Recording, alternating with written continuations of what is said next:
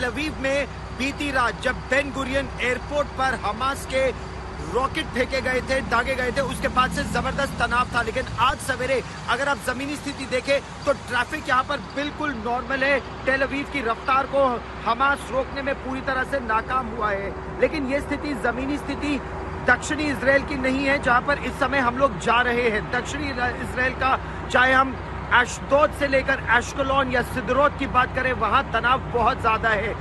रात भर वहां भारी रॉकेट अटैक्स हुए हैं और उन रॉकेट अटैक्स के बाद इजराइल की सेना ने आज सवेरे एक बड़ा निर्णय किया है जिसका औपचारिक उन्होंने ऐलान भी किया है। इजराइल की सेना ने यह कहा है कि अगले 12 घंटे में हमास के बड़े ठिकानों को पूरी तरह से इजराइल की वायुसेना ध्वस्त कर देगी। और इन बड़े ठिकानों की अगर हम बात करें तो इसमें हमास की वो जो टनल्स हैं वो बहुत महत्वपूर्ण है। इजराइल की सेना के मुताबिक ये जो टनल्स हैं इनमें 2 भाग है जिनका इस्तेमाल केवल हमास के आतंकवादी इस्तेमाल करते हैं। फिलिस्तीन के लोगों को उन टनल्स में जाने की इजाजत नहीं है और वहीं से हथियारों की सप्लाई होती है। जो रॉकेट्स आ रहे हैं, जो आतंकवादी आए थे, वो उन्हीं टनल्स के रास्ते से आए थे और इसीलिए उन टनल्स को ध्वस्त करने के लिए इजराइल की वायुसेना इस समय पूरी तरह से तत्पर है। एयर अटैक्स गाजा पट्टी पर ताबड़तोड़ करने की पूरी तरह से तैयारी है और ठीक उसके पीछे ग्राउंड फोर्सेस भी तैनात है।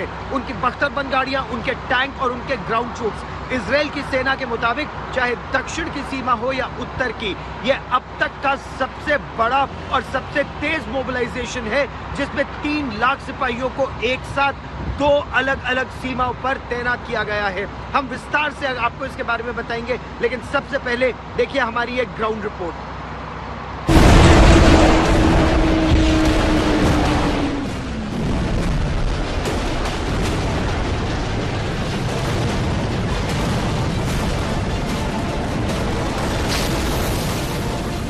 हमास के हमलों के बाद से गाजा इजराइल के गुस्से का शिकार हो रहा है। लगातार हमलों से गाजा पट्टी मिट्टी में मिल चुका है।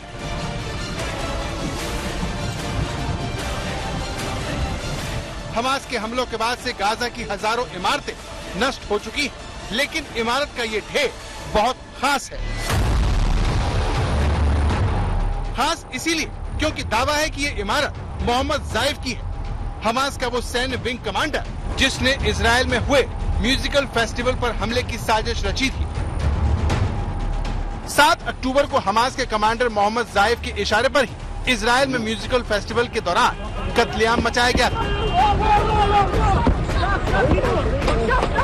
ये शनिवार को म्यूजिक फेस्टिवल हैंड ग्लाइडर से आते हुए हमास आतंकी का ताजा वीडियो है, जिन्होंने जमीन पर उतरते ही खून की होली खेलना शुरू कर दिया।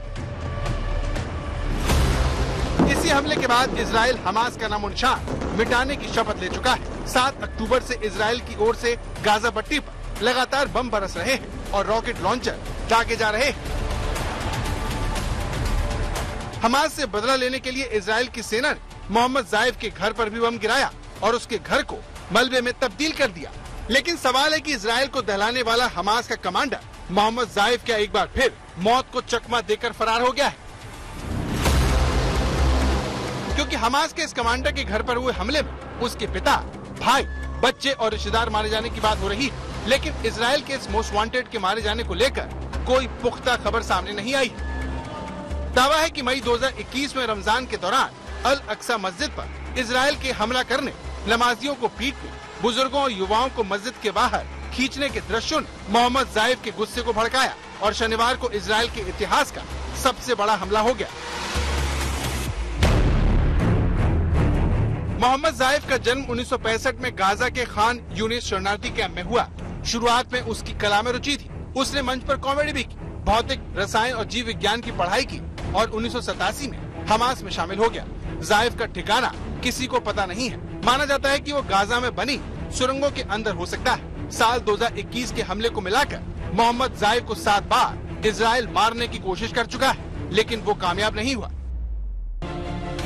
मोहम्मद जाइफ को मारने में सबसे बड़ी मुश्किल ये है कि वो सार्वजनिक रूप से दिखाई नहीं देता। वो बेहद कम बोलता है। यही नहीं, इजराइल के पास जाइफ की सिर्फ 3 तस्वीरें ही हैं। एक जब वो करीब 20 साल का था, दूसरी नकाबपोश और तीसरी उसकी परछाई की एक तस्वीर। इसी तस्वीर का इस्तेमाल उसकी तरफ से जारी किए गए ऑडियो संदेश में किया गया था, जिसमें उसने धमकी दी थी। आज अल-अक्सा का गुस्सा हमारे लोगों और राष्ट्र का गुस्सा फूट रहा है। हमारे मुजाहिदीन के लिए इजराइल को ये समझाने का दिन है कि उसका समय समाप्त हो गया है। शनिवार को हमास के सबसे खतरनाक आतंकी ने अपनी बात साबित भी कर दी और इजराइल में कत्लेआम करके उसके वजूद को हिला दिया। इसीलिए इजराइल ने गाजा में उसके घर पर हमला किया ताकि हमास के 5 सबसे बड़े नेताओं में से एक को मारकर बदला लिया जा सके। इस्माइल हनिया हमास का सर्वोच्च नेता है जो कतर में रहता है। साले अल अरूरी हमास का दूसरे नंबर का नेता है। इसके बाद मोहम्मद जायफ का नंबर आता है जो सैन्य विंग कमांडर है और कहा कोई नहीं जानता। मोहम्मद जायफ का डिप्टी मिरवान इसा वेस्ट बैंक में रहता है। हमास का मुख्य प्रवक्ता फौजी बरहूम वेस्ट बैंक से ऑपरेट करता है, यानी हमास के हर बड़े नेता की लोकेशन पता है सिवाय मोहम्मद जायफ की।